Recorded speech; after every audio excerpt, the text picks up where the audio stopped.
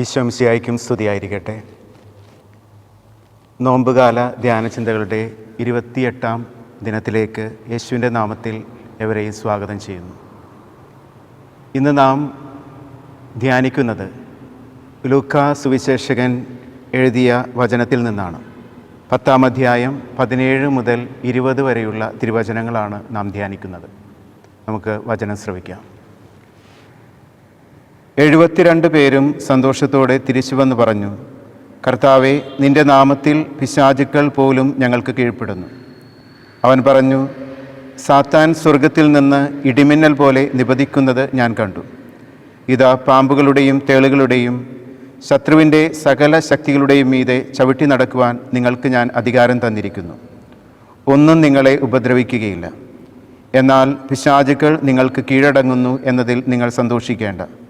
മറിച്ച് നിങ്ങളുടെ പേരുകൾ സ്വർഗത്തിൽ എഴുതപ്പെട്ടിരിക്കുന്നു എന്നതിൽ സന്തോഷിക്കുവിൻ. കർത്താവിൻ്റെ സുവിശേഷം.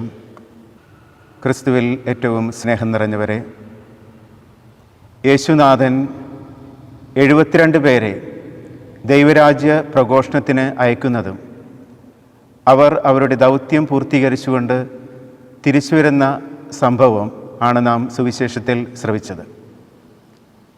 72 പേരെയും അയക്കുമ്പോൾ പ്രധാനമായിട്ടും 2 ദൗത്യങ്ങളാണ് ക്രിസ്തുനാഥൻ അവരെ ഭരമേൽപ്പിക്കുന്നത്. ലൂക്കാ സുവിശേഷം 10-ാം അധ്യായം 9-ാം തിരുവചനത്തിൽ അത് പറയുന്നുണ്ട്. രോഗികളെ സുഖപ്പെടുത്തുവാനും ദൈവരാജ്യം സമീപിച്ചിരിക്കുന്നുവെന്ന് പ്രഘോഷിക്കുവാനുമാണ് അവരെ അയക്കുന്നത്. ദൈവവചനം പ്രഘോഷിക്കുക, രോഗികൾക്ക് സൗഖ്യം നൽകുക. ഈ 2 ദൗത്യങ്ങളുമായി യാത്രയായ ഈ 72 ശിഷ്യന്മാർ തിരിച്ചു വന്നിട്ട് യേശുവിന് നൽകുന്ന മറുപടി രോഗശാന്തിയെക്കുറിച്ചോ ദൈവവചന പ്രഘോഷണത്തെക്കുറിച്ചല്ല, മറിച്ച് അവർ യേശുവിനോട് അതിയായ ആനന്ദത്തോടെ പറയുകയാണ്, യേശുവേ, നിൻ്റെ നാമത്തിൽ പിശാചുക്കൾ പോലും ഞങ്ങൾക്ക് കീഴടങ്ങുന്നു. പ്രിയമുള്ളവരെ, ക്രിസ്തുനാഥൻ അവരെ ഓർമ്മിപ്പിക്കുന്നുണ്ട്. പിശാചുക്കൾ നിങ്ങൾക്ക് കീഴടങ്ങുന്നു എന്നതിലല്ല നിങ്ങൾ സന്തോഷിക്കേണ്ടത്, മറിച്ച് നിങ്ങളുടെ പേര് സ്വർഗത്തിൽ എഴുതപ്പെട്ടിരിക്കുന്നു. ഓരോ വിശ്വാസിയുടെയും ജീവിതത്തിൻ്റെ ലക്ഷ്യം ഇതുതന്നെയാണ്. അവളുടെ പേര് സ്വർഗത്തിൽ എഴുതപ്പെടുക.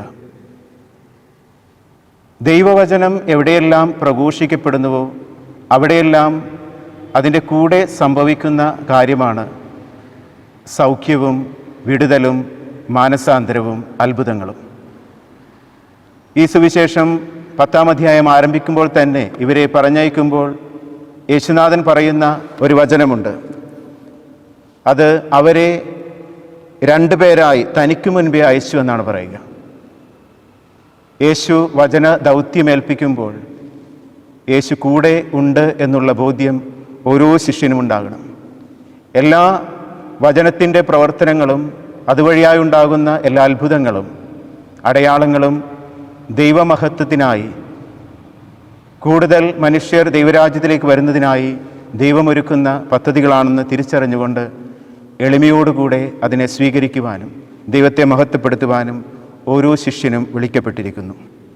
പ്രിയമുള്ളവരെ, ദൈവത്തിൻ്റെ വചനം ആദ്യം മുതലേ പ്രവർത്തിച്ചു കൊണ്ടിരിക്കുന്നു, ഇന്നും പ്രവർത്തിച്ചു കൊണ്ടിരിക്കുന്നു. കാരണം ദൈവവചനം യേശു തന്നെയാണ്. വെളിപാടിൻ്റെ പുസ്തകം 19-ാം അധ്യായം 13-ാം തിരുവചനത്തിൽ നാം വായിക്കുന്നുണ്ട്, അവൻ്റെ നാമം ദൈവവചനമെന്നാണ്. യേശുവിനെ പ്രഘോഷിക്കുവാനായിട്ട് നമ്മൾ വാക്കുകൊണ്ടും പ്രവൃത്തി കൊണ്ടും ജീവിതം കൊണ്ടും നമ്മെ തന്നെ സമർപ്പിക്കുമ്പോൾ ക്രിസ്തുനാഥൻ നൽകുന്ന വലിയ ഉറപ്പാണ്, നിൻ്റെ പേര് സ്വർഗത്തിൽ എഴുതപ്പെട്ടിരിക്കുന്നു എന്നതിൽ നീ സന്തോഷിക്കുക. പലപ്പോഴും ആത്മീയത അഹങ്കാരത്തിലേക്ക് വഴുതി വീഴാനുള്ള സാധ്യതയുണ്ട്. പല വിശുദ്ധരും പറയാറുണ്ട്, ഇന്നലകളിലെ നിൻ്റെ വിശുദ്ധിയിൽ നീ അഹങ്കരിക്കരുത്. കാരണം പലപ്പോഴും ആത്മീയത സ്വന്തം കഴിവിലേക്ക് നോക്കുവാനുള്ള ഒരു പ്രേരണ നമുക്ക് തരാം. എന്നാൽ നമ്മുടെ ജീവിതത്തിലേക്ക് കടന്നു വരുന്ന എല്ലാ ദൈവാനുഗ്രഹങ്ങളും ദൈവിക ഇടപെടലുകളും അത്ഭുതങ്ങളും അടയാളങ്ങളുമെല്ലാം ദൈവമഹത്വത്തിനാണെന്ന് തിരിച്ചറിഞ്ഞുകൊണ്ട് മുന്നോട്ട് പോകുവാനായിട്ട് നമുക്ക് സാധിക്കണം. അതിൻ്റെ ഏറ്റവും നല്ല മാതൃക യേശുനാഥൻ തൻ്റെ പ്രാർത്ഥനയിലൂടെ വിശുദ്ധ യോഹന്നാൻ്റെ സുവിശേഷം 12-ാം അധ്യായം 28-ാം തിരുവചനത്തിൽ നാം കാണുന്നുണ്ട്. അത് പിതാവിനെ മഹത്വപ്പെടുത്തിക്കൊണ്ടുള്ള പ്രാർത്ഥനയാണ്. പിതാവേ, അങ്ങയുടെ നാമത്തെ മഹത്വപ്പെടുത്തണമേ. ആ സമയം തന്നെ സ്വർഗത്തിൽ നിന്നൊരു സ്വരമുണ്ടാകുകയാണ്, ഞാൻ മഹത്വപ്പെടുത്തിയിരിക്കുന്നു, ഇനിയും മഹത്വപ്പെടുത്തും. അപ്പോൾ ദൈവത്തിന് മഹത്വം കൊടുത്തുകൊണ്ടുള്ള ഒരു ജീവിതയാത്രയാകട്ടെ ഈ നോമ്പുകാലം എന്ന് നമുക്ക് പരസ്പരം ആശംസിക്കാം. ദൈവവചനം കറയില്ലാതെ വിശുദ്ധിയോടുകൂടെ പ്രഘോഷിക്കുവാൻ ഓരോ വിശ്വാസിക്കും സാധിക്കട്ടെ.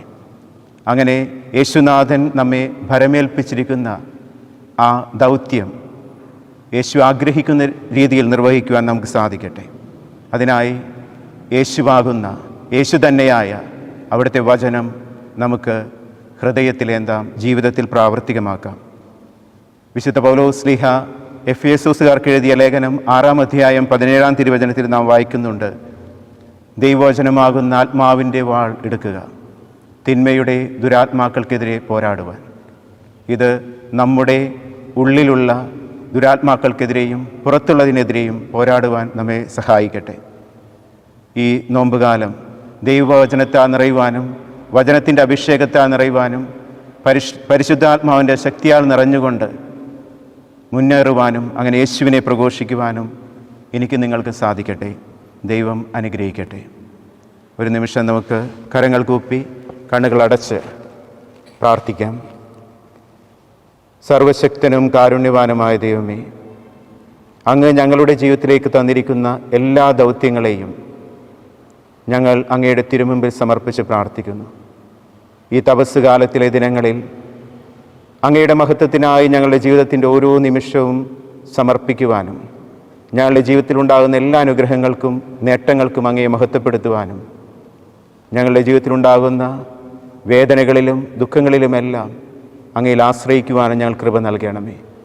അങ്ങനെ ഞങ്ങളുടെ ജീവിതം തന്നെ അങ്ങയുടെ അത്ഭുതമായി തീരുവാൻ കൃപയേകണമേ. കർത്താവായ ക്രിസ്തു വഴി ഞങ്ങൾ സമർപ്പിക്കുന്ന പ്രാർത്ഥന കേട്ടരുളണമേ. ആമേൻ.